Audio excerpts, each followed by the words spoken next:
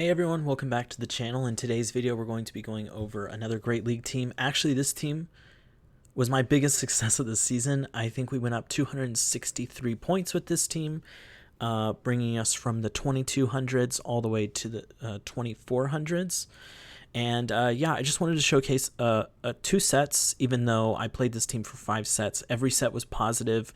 I think we went 4-1-5-0, 3-2, 3-2, 5-0. So yeah, the team is going to be Azumarill in the front with Umbreon safe swap and then Nidoqueen finisher. So this team really worked out a lot today. There was a bunch of stuff really weak to Umbreon in the back, and Azumarill actually did pretty well considering that I think it's been a while since Azumarill's done well. So let me showcase the battles here, but at first, if you haven't, definitely hit that subscribe button.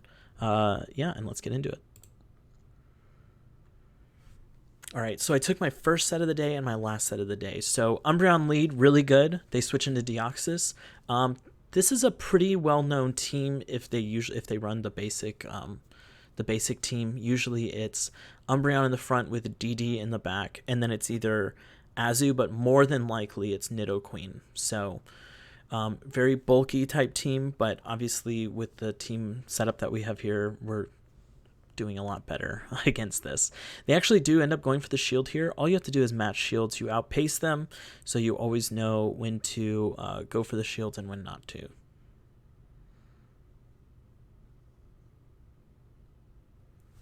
And that matchup takes a long time. They actually end up coming in with Nidoqueen, which is fine. They do end up catching, which means they have a bit of an energy advantage on their Mon. But what I wanted to do was go up to a move and then swap, but I was afraid they were actually going to throw the last resort there. So we're one away from the move, which is still fine. Umbreon has enough HP to live 2 poison jabs. I go for this play rough right away just to get the damage through. But I obviously do want to farm up in this matchup. But they did switch before us, so I want to make sure that I get that damage in before I really start trying to get a lot of excess energy on the Azu here. We still have the Nidoqueen in the back, so everything's good in that front. I probably want to throw 3 or 4 more bubbles here. And they actually just come in with the Nidoqueen right away. I decide I don't really need this, so I'm going to just come in with my own Nidoqueen. Now that they're energy dry, we can either try to catch or bait. But it's actually getting a little risky here. But I decide I'm going to go for the bait. And if I get this, I still have the opportunity to catch, which I'm going to do here. And we get the catch, and that's going to be GG. We just have to make sure that they don't catch the Earth Power. Oh, they've already been debuffed once, so I decide I'm going to go safe with it and just... Whoa, well, shields were down. I could have just gone for the Earth Power there, but, you know, it's going to be over anyways. GG. We're going to have the Nidoqueen against this Umbreon, and we're outside the range to get foul played.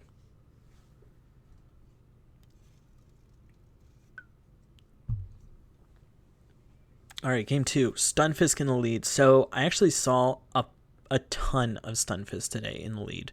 So a lot of times the Stunfisk teams seem to be Stunfisk in the front with Trevenant, Safe Swap, and Jumpluff in the back. Or Jumpluff is the finisher. Sometimes people went into Jumpluff, but it seemed like more than often than not Trev was going to come in. If Trev comes in, you come in Umbreon. If Jumpluff comes in, you just go Nidoqueen, and you can farm down in the 2 shield. Usually, this front matchup, there's no shields even used. And in the back matchup, you can have the 2 shield Nidoqueen. Okay, they end up switching to the Trevenant. This is a pretty easy matchup. You can throw 1 foul play, and then farm them all the way down. They'll hit you with 3 seed bombs, and you'll have a lot. You'll be able to get maybe 2 or 3 foul plays off onto the Stunfisk if they allow it. But you don't need to, you can go for maybe an undercharge if you want and farm up a little bit more. But I found I really like just throwing 1 foul play and doing the full excellent damage and going for the farm down there. They end up coming in with the the Jumpluff now. And, yeah, we obviously have a ton of energy to throw at this. Remember, if you're throwing a 3-turn move, you want to throw an odd number intervals so that they don't sneak too much energy on you.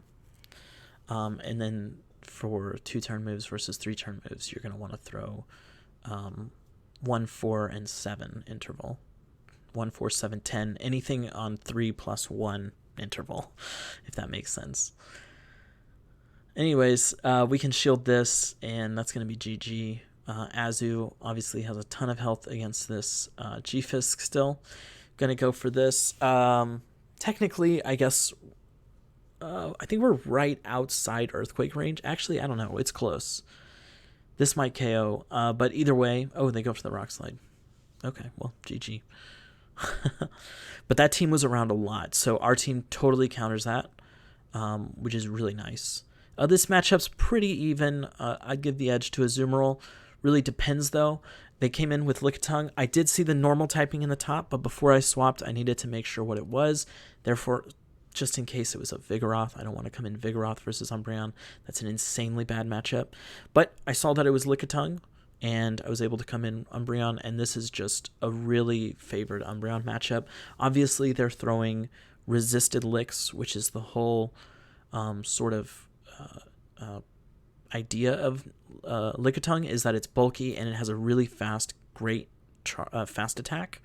It also has really good fast charge attack with the Body Slam, but us being able to resist a lick obviously is giving us a massive advantage in this matchup. So yeah, Umbreon going to be able to take this. They actually go for the swap here, but our switch is back up too, so nothing really gain or lost there. They probably gained a counter to 2 counters worth of energy on us, but we also still have the Nidoqueen for this, so I'm not too worried about this, although it does seem like they wanted to get us out of this matchup, so maybe... And then I throw terribly here, but we don't die to a Psychic here either way. And it seemed like it does seem like Azu has some sort of play in the back. Could be Nidoqueen though. But I imagine it's like G-Fisk. Oh, it doesn't. Oh, right. Yeah, it's the Scafo team. So that team's pretty well known too. I did remember that during the game, but as I'm saying it now, I did forget that. But yeah, another Trev game. This was just, yeah. Let me talk about the other team while we're doing this. Again, you throw one foul play and farm all the way down. You don't need to shield anything. This guy does nothing to you. Seed Bomb's not a very good move, and then you resist the Shadow Claws, which is the good move on Trevenant. And then you resist Shadow Ball, which they can't use against you. So on the other team, yeah, a Medi lead with a Lickitung switch usually means that it is an A9 in the back. That's a pretty known team for the last few seasons. Again, I did know that in the moment, but as I was telling it now, I was getting a little, I think, lost in it. All right, where are we at? Oh, yeah, we're throwing infinite foul plays into the Stunfisk while they go for energy. They do need an Earthquake to KO. If they go for a Rock Slide, it means that maybe they want a farm down, but they're not going to get a very good farm down there, and they might even get KO'd.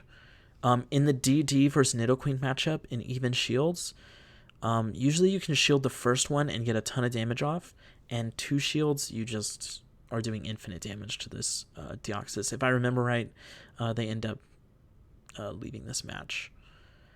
Yeah, you can see in the bottom right corner there, they left. A little spoiler that they left. So that team a little different, but they did still have the Trev safe swap. Trevenant lead, this is obviously pretty bad. I want to go in Nidoqueen because Umbreon obviously hard counters, and they stay in for a while, so I decided to distend the clock a little bit here. And it seems like they're weak to this in the back, so I am actually going to shield this. And they actually end up coming in with G-Fisk, so they weren't really weak to this at all.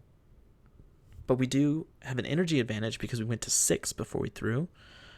Or, I'm sorry, we threw on 5, but then they threw one more, or then we got one more in afterwards. So we did beat it to the Earth Power. I'm going to let this go. We're going to farm down with Azu as to start getting those Ice Beams ready for Trevenant.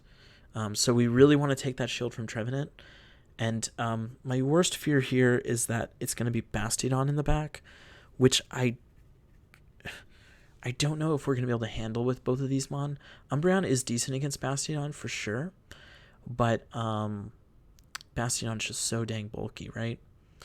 But I'm going to come in, and they end up having Altaria. So this matchup in the zeros is pretty bad. In the ones, it's okay. Obviously, Umbreon's pretty favored against a lot of things just because of the bulk, But Altaria does have Moonblast from Community Day. If you do not have the Community Day move on Altaria, definitely do that. I know from my Great League one, I don't think I had Moonblast, and I think I had to Elite TM that. But I do have a Hundo Altaria that I did get on Community Day. But I only played like 20 or 30 minutes of Community Day at a it's called Natural Bridge Caverns. It's like a cave system. It was pretty cool. But after we had done the whole day there, and then while the person I was with was in the gift shop, I decided to just turn on my app and play a little bit there. Anyways, this matchup was already done, so I just decided to throw a story in there, I guess. A little bit into the Vergyverg lore. I believe in that set we ended up going 5-0. Of course, the game is messed up. So yeah, 5-0 in that set. Again, this was the very first set of the day, and I'm glad I changed to this team because I literally just ran through the 2300s, and you can see right here, I think I'm at 23. I missed it. 23 something. 2330, I think. 2340 something, actually, I think is what it was. So Walrein in the front versus Azu. Nothing's actually changed in this matchup since the Icicle Spears. Since it's longer to get to the Icicle Spears and all you're throwing is Earthquakes in this matchup's actually the same. So there are some Walreins out there that do win the Azu matchup. But I always try to play it out anyways. I'm going to be fine in this matchup, I think. So I tried to swap in on Umbreon and catch there. Good by them. They did it at one turn before we could do that. So I'm going to go for the play rough now. And I think I do want to switch over to Umbreon just in case we need Azu for the back. But it's actually okay to lose this. Okay, actually I don't think I did that this game. I thought to myself, it's okay to lose this matchup and to come in Umbreon and go for take one Icicle Spear and basically get up to 2 foul plays, because the things in the back are usually like Swampert Trev, or there's 100% of Trev back there. So both my mon are good against Trev, and then it's a question of what do I think else is back there. It could be like an Altaria, it could be an Azu, which would be pretty bad. It does end up being Azu and Altaria, so no Trev actually. It was 2 of the other 4 choices or whatever. This matchup's pretty good with a shield. You literally can shield once. It takes them 7.5 turns. It takes them 15 turns to get to a Sky Attack. So you can do 7 Poison Fangs before you throw. And I just want to basically get up to as much energy as possible so that I can throw Poison Fang into Azu. I'm not going to have enough to get to 2 Poison Fangs, but you do want to get that Poison Fang in. Basically lower their defense so that Umbreon has a chance to do stuff. Umbreon is not in range to get play roughed right now. So our whole point here is to get to 2 last resorts and hope that 2 last resorts is enough with that debuffed Azu. And we're 1 away from the second last resort. Let's see how much damage it does. Yeah, and we're definitely going to have enough there. Maybe could have had enough to go for the foul play, but no reason to do that. We knew the energy that they were at, and yeah, that's GG. Stunfisk lead. It's the mon of the day into a Trevenant. I don't know if this is a new team, but this team's everywhere. So if you want to counter this team, again, this Azu Umbreon line is definitely the way to go. I think I saw a few Swampert teams too. Swampert Skarmory teams, which is obviously going to be good against this team as well. So right now is definitely the time to play Swampert water leads, I guess. Again, 1 foul play farm down, throw infinite foul plays into the G-Fisk, get them basically low enough for Ice Beam.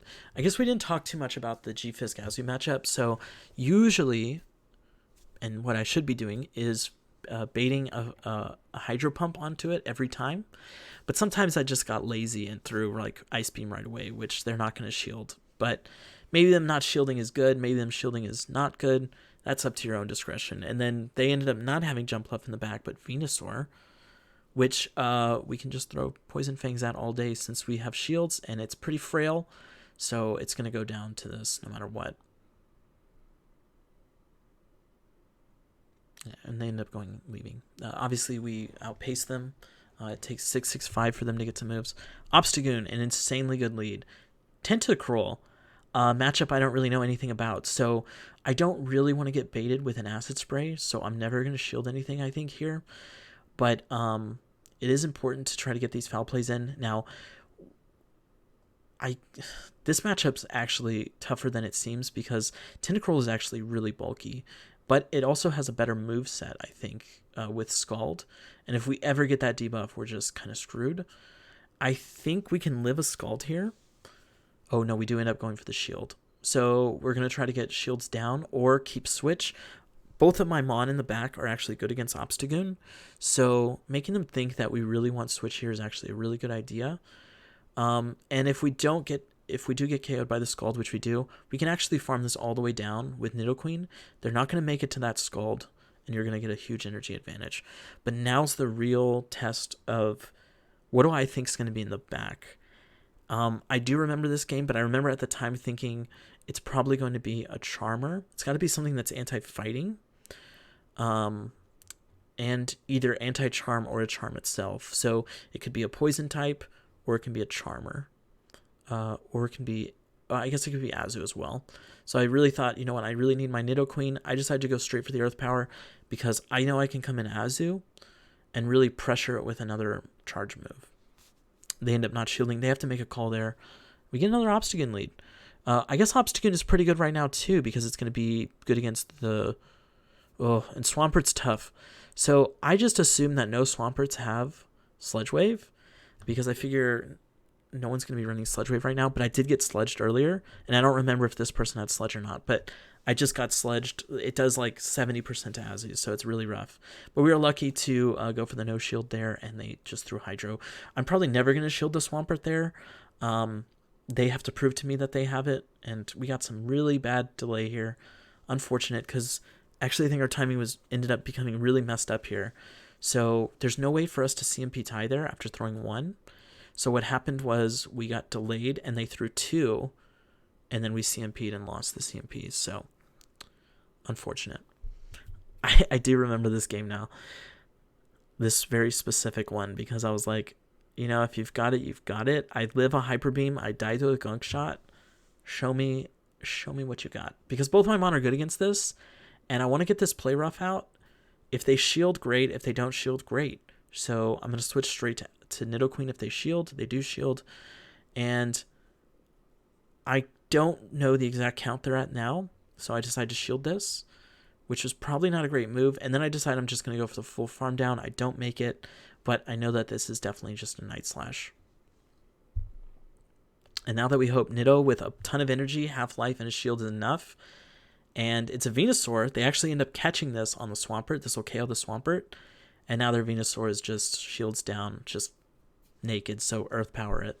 And boom. It's a Shadow Venusaur versus Shadow Nidoqueen. This is going to KO for sure. And that's GG. All right, I think this was the last one. Deoxys. This is a weird matchup. So Deoxys obviously has Thunderbolt. If it's going to stay in, it definitely has Thunderbolt. So without Hydro Pump, you're not really pressuring it too much. And I want to keep my Azu alive because there's a very real possibility that this is also one of the known teams from the last few seasons, which is triple counter users. And if it's triple counter users, Azu's going to be really good here. So I throw this and I'm going to swap to Umbreon. Try to get some energy advantage, maybe try to catch it off guard. They actually end up throwing this Thunderbolt, and I remember thinking in the moment, because this happened probably like 2 hours ago, I remember thinking, why would they throw the Thunderbolt there? And then once they come in with a Lickitung, Lickitung is obviously a really bad matchup or Umbreon's a really good matchup against Lickitung. I know that this is like the triple safe team, so there's also another known team, which is Deoxys, Lickitung, and Sableye. So as soon as I know that, I know Umbreon's going to be really good here. Azu's going to be pretty good as well. You guys know me, top left corner, right? So then I decide I'm going to come in with a Nidoqueen. Our opponent actually ends up lagging a ton there too, but it's absurd how much we lag. I mean, you can... I post all my videos, and you can see that I'm lagging like all the time. Again, my internet's not great, but there's not a lot I can do about it. So we just try to do what we do. Again, this is another 5-0. And then I think at the end of this, we end up with, I think this was our last set. So I think we ended up at 24-12, something like that, 24-16, something around there, 24-18. So again, we went up just over 200 points with this team, and I definitely implore you to go try this out if you haven't, which you probably haven't because I just randomly did this. I randomly made this team, but yeah, definitely go try this out if you want to gain points. And yeah, Great League's almost done, so get your games in while you can. And man, we got Ultra League coming up and Weather Cup, and I definitely don't have the resources to really throw into Weather Cup for a 1 week Ultra League meta. So we'll see what I have. I know I have Obama Snow, so I might try to create some teams, but if it doesn't work out, I'll probably just switch back to Ultra League. But we'll see what happens when we get there. I haven't really looked too big into the meta. I'm going to look into that maybe tonight or tomorrow. Hopefully post a video on that. Again, if you haven't, definitely sub to the channel. Let me know what teams have been working out for you in Great League. And if you actually have Weather Cup teams and Ultra League teams that you want me to try out, if I have them on, I will try it out. If I don't, you can send in a video to Vergyverg4@gmail.com. I think it's in the details below. And I can showcase that video as well. So again, thanks for coming by, and I'll see you in the next one.